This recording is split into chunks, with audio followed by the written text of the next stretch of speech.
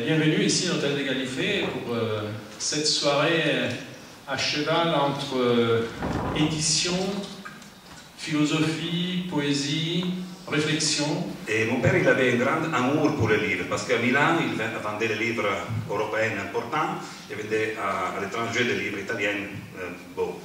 Alors il avait compris vraiment cette fonction spirituelle du livre, et chez Darantière, il a appris physiquement à créer les livres à travers les caractères et la composition à la main. Il a été l'amitié entre Jean-Luc Nancy et Claudio Parmigiani qui a permis ce livre. Alors, Monsieur Nancy, comment vous êtes arrivé à ce projet avec Claudio Parmigiani, que vous connaissez depuis longtemps, je crois, avec qui vous êtes amis? Vous savez, Claudio Parmigiani, qui malheureusement ne peut pas être avec nous ce soir, mais c'est quand même lui qui devrait être là, c'est lui le père de tout ça. Il m'a toujours, non pas demandé, mais pratiquement commandé. Il m'a dit maintenant, alors bien sûr, il ne m'a pas dit tu vas faire ça, mais il m'a dit j'aimerais bien que tu écrives un texte par rapport au Stabat Mater et un autre par rapport au Dies Irae. C'est très difficile de lui résister. Ça m'a plu, ça m'a intéressé, l'idée d'écrire à partir du Stabat Mater et du Dies Irae. Au fond, pourquoi? Parce que ce sont deux monuments, je dirais, vraiment de notre culture. Vous dites, vous appelez, j'écris deux contrepoints. Alors, qu'est-ce que c'est un contrepoint? Je ne sais pas très bien. Je ne sais pas très bien, franchement. Bon, je me suis dit, je vais écrire à partir, comment dire, à partir de l'idée. Je dirais, je vais écrire à partir de l'idée qui est juste dans les deux mots qui servent de titre chaque fois. Stabat Mater, Dies Irae. Bon, évidemment, je connais les textes et nous les connaissons tous. Et si nous disons Stabat Mater ou Dies Irae, il y a déjà toute une sorte de quasi-discours qui est là, présent, hein, qui organise déjà quelque chose. Dans le fait de dire, voilà, un livre de Jean-Luc Nancy, avec quoi? Avec des illustrations de Claudio Parmigiani. Non, c'est pas vrai du tout.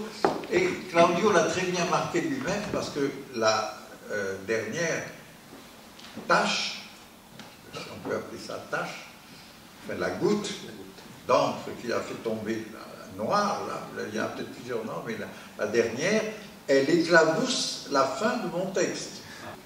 Et d'ailleurs, je ne lui ai pas dit à Claudio, mais je lui ai dit, toi tu es un grand malin, parce que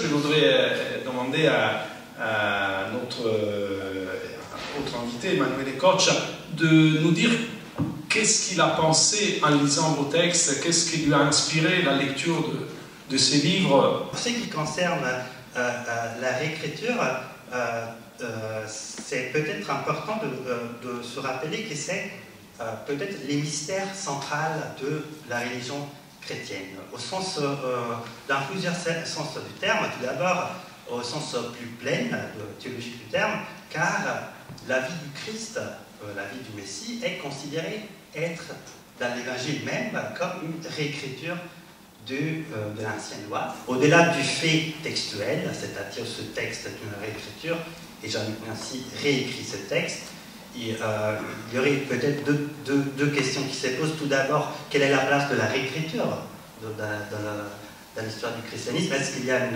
une connotation aussi théologique, pas juste textuelle ou accidentale de ce geste? Et pourquoi ensuite un philosophe se met à réécrire, en fait, pas juste à écrire quelque chose à partir mais véritablement à réécrire deux textes de canon de la tradition liturgique, poétique, liturgique et musicale. Et moi j'en rajoute quelque chose en plus sur la réécriture. Est-ce que la poésie peut être une réécriture de la philosophie? Je dirais que non, la poésie ne peut pas être une réécriture de la philosophie parce que la philosophie, elle bon, écrite ou orale, je ne sais pas comment là il faut le dire, elle ne peut pas en finir. C'est à la fois sa grandeur et son malheur. Tout ce que vous avez dit, c'est extrêmement juste, mais peut-être Peut-être qu'il faut ajouter encore autre chose, c'est que dans tout le travail d'élaboration du christianisme, du judéo-christianisme, il y a une énorme réécriture de philosophie. C'est-à-dire que les premiers pères de l'Église, ils reprennent Platon, après, plus tard, Aristote. La pensée, elle est sensible ou elle n'est pas. Oui. C'est pas. On a pris de mauvaises habitudes. Vous disiez que d'après vous, la poésie n'est pas l'écriture. Est-ce que la poésie serait quelque chose comme une écriture qui sort de cet éternel retour de l'écriture sur elle-même? Oui, je répondais d'abord oui. Je dirais la poésie, il me semble, elle est chaque fois inaugurale et terminale d'ailleurs. Merci beaucoup pour tout ce que vous avez dit, pour le livre que vous nous avez présenté. Et évidemment, je vous remercie vous tous pour votre attention. Merci beaucoup et à très bientôt.